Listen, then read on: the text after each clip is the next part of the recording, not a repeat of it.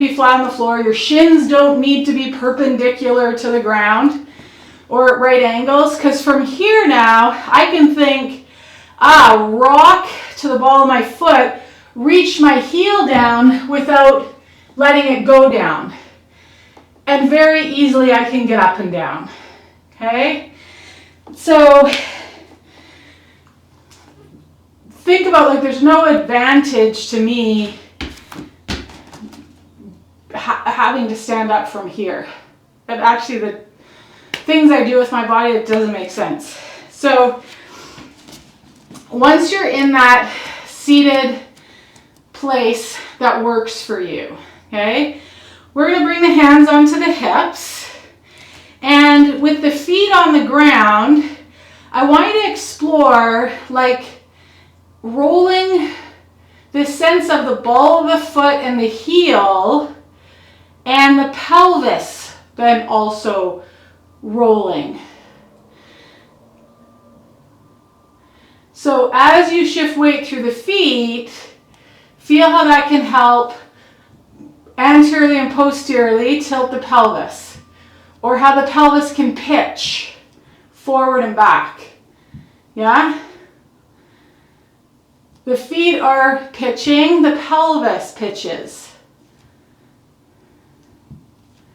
Which is why now, as I get my weight in the ball of the foot, I'm going to think about pitching the heel down or lifting the ball of the foot up, but not actually doing any of that, which has my pelvis set a position and me get up, right? Because I don't want my pelvis to be doing this kind of stuff as I'm getting up. So I've got the ability to have the feet and the pelvis move. And now I can also use my levers where my feet and my pelvis are stable, and I change position in space, my whole structure. Yeah? Okay. So this next time when we go to get up, okay? Actually, before we go anywhere, we're going to take one leg and just bring that knee to the floor. So we've got the shin on the floor, that knee's on the floor. Okay? Again, now from this position, we're gonna again roll the foot and the pelvis. I've got the top of that foot on the ground. I don't have the toes tucked under this down leg. Okay? Now, I'm gonna come up just to tall kneeling here, and then back down. I'm going to come up just to this half kneeling and then back down. Now the next time you come up, you're going to come up to that half kneeling, and then you're going to figure out how to come all the way up. You can use your hands, you don't have to use your hands, and then you're going to come back down. Okay, we're going to do that on the other side. So we're going to tuck this shin under, pitch the foot, pitch the pelvis a few times here. Okay, then you're going to use that foot, that shin, come up and down, up and down.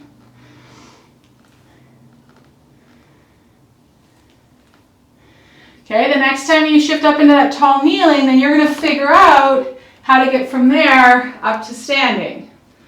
It's going to look different for all of us. Okay, then we're going to come back down.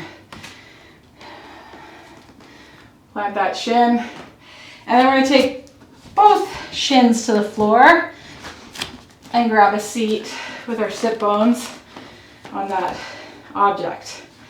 So our knees are out forward of our hips. Okay? And we're going to bring our hands under our rib cage. So we're going to take the upper and lower rib cage and transfer them back and down. And then up and forward. I'm on the tops of my feet. You could have your toes tucked under. I like just being on my shins, okay? And if you need to roll your yoga mat, to have it underneath the front of the ankles, that's completely acceptable. Okay, so a few times just taking this whole rib cage and taking it back and forward. Taking it back and forward. So in essence, we're kind of pitching the rib cage and then the pelvis. And you might go so far back that your knees come off the floor, but you don't have to. Okay, but you might. You might go so far back that the knees come off the floor. Yee! Make sure there's a wall behind you so you can rest yourself and get back up. Okay, so this next time, we're not just going to pitch, okay? We're also going to yaw. So we're going to yaw that right-hand side of the rib cage to the left as we go back. We could put our hand back on the floor. Again, the knees could come off the ground. Okay, and then you're going to yaw back to center and yaw to the right. And we're just going side to side like that. Yawing. Knees could stay planted or they can come off the ground.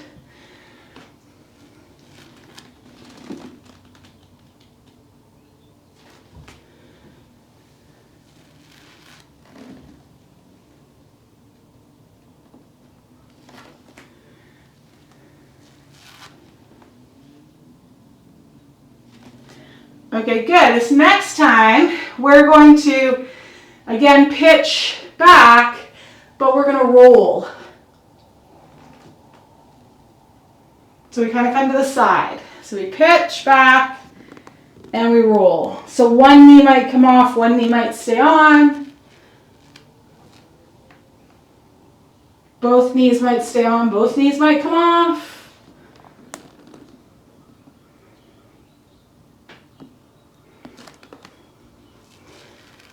Okay, so now you're going to put together pitch, yaw, and roll. And you're going to go back, but as you come up, we're going all the way up to standing. So you're going to organize that however you're going to organize that, okay?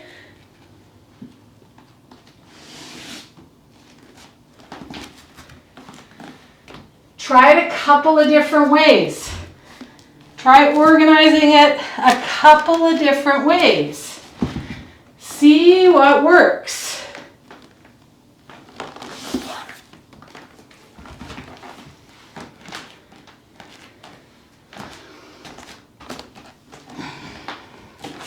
Make it as fluid as possible. So sensing when you shift weight, when it makes sense to get the legs out from underneath you and get back on top of the legs. Okay, you're really choreographing your own kind of dance here.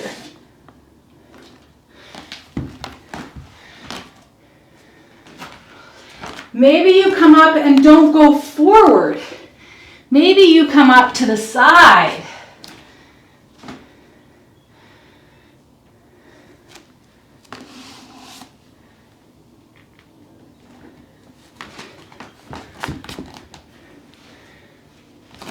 Okay, once or twice more, finish off so your sides are even.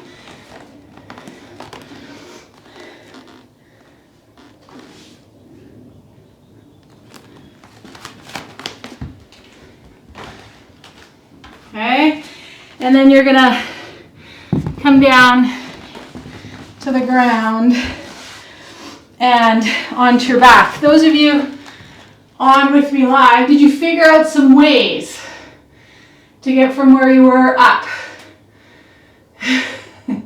Saw where maybe there was like some problem-solving genius and some problem-solving gaps. But I guarantee as you like play with it, you'll feel more the weight shift and get better and better at that sensing, feeling, adjusting. Sensing, feeling, adjusting. Okay? Which is a superpower when we've got it. You know? Running downhill skiing. We got to be able to do those things. Right? Slipping on the ice.